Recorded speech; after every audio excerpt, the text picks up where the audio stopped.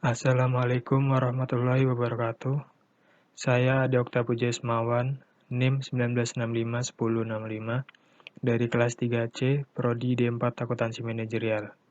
Dalam video kali ini, saya akan membahas tentang penerimaan penugasan dan pemahaman terhadap bukti audit.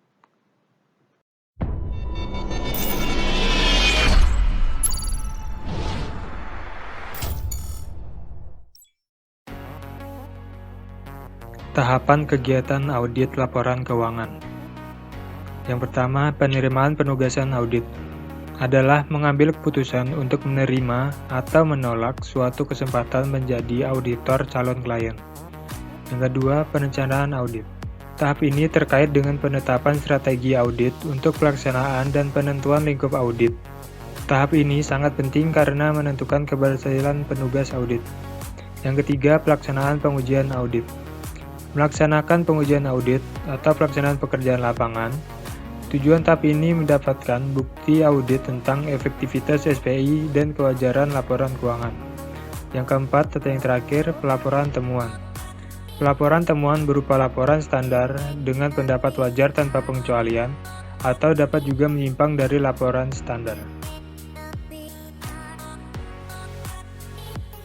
Auditor perlu memperhatikan dengan cermat setiap penugasan audit, terutama audit atas klien baru.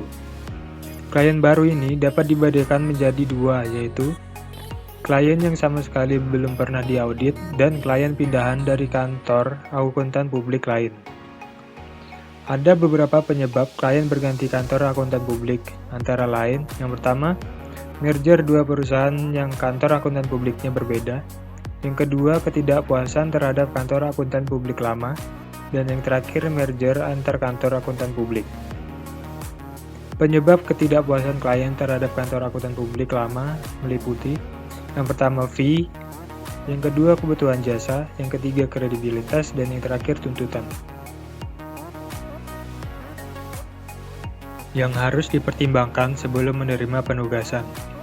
Yang pertama, tanggung jawabnya terhadap publik, yaitu independensi, integritas, dan objektivitas.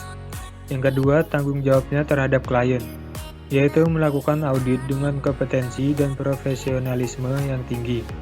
Yang ketiga, tanggung jawabnya terhadap rekan lain seprofesi, yaitu mengembangkan kehidupan profesi dan kemampuan melayani publik. Langkah-langkah penerimaan penugasan. Yang pertama, evaluasi atas integritas manajemen.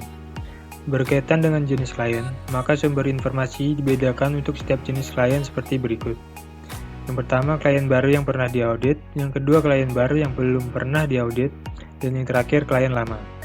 Komunikasi dengan auditor terlebih dahulu atau PSA nomor 16 tentang komunikasi antara auditor pendahulu dengan auditor pengganti SA 315.02. Isinya mengajukan pertanyaan pada pihak ketiga atau penasihat hukum klien, bankir, dan lain-lain. Dan yang kedua, mereview pengalaman masa lalu dengan klien atau majalah surat kabar laporan klien ke Bapepam. Yang kedua, mengidentifikasi keadaan-keadaan khusus dan risiko tidak biasa.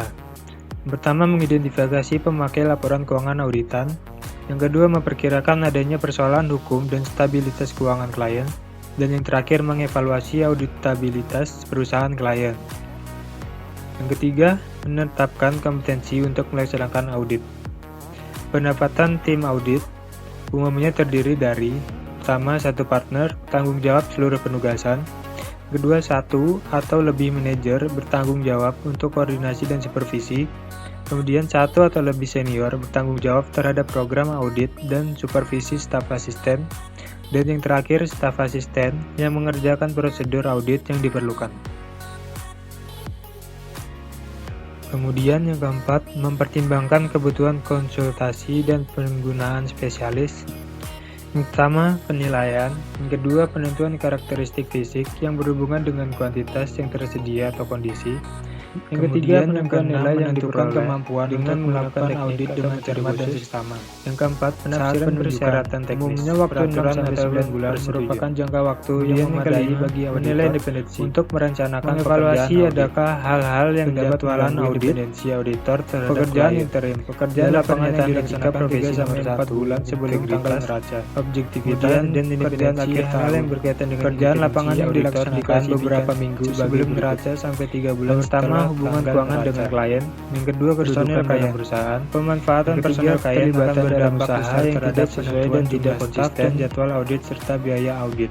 Yang keempat, pemanfaatan personel klien berdampak terhadap. Yang kelima, prosedur untuk memperoleh pemahaman atas pengendalian intern atas jasa pengujian pengendalian dan pengujian penerimaan barang atau jasa dari klien. Kemudian pemberian barang atau jasa pembuatan surat penugasan meliputi yang pertama, penerimaan auditor atas penunjukan oleh klien. Yang kedua, tujuan dan lingkup audit. Yang ketiga, tanggung jawab manajemen atas laporan keuangan. Yang keempat, kesepakatan mengenai reproduksi laporan keuangan auditan.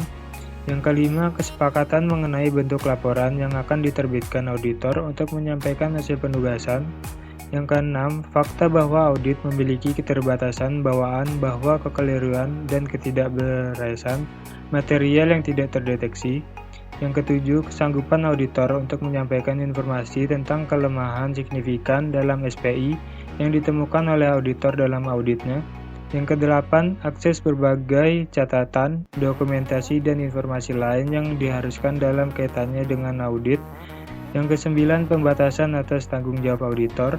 Yang ke-10, komunikasi melalui email. Isi surat penugasan.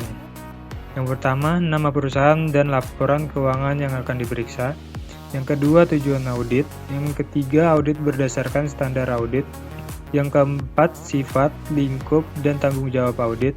Yang kelima, audit memiliki keterbatasan. Yang keenam, tanggung jawab manajemen.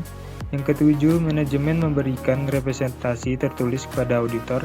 Yang kedelapan, dasar perhitungan hari auditor. Yang kesembilan, ketegasan kesepakatan dengan klien. Sekian penjelasan dari saya, kurang lebihnya mohon maaf. Wassalamualaikum warahmatullahi wabarakatuh.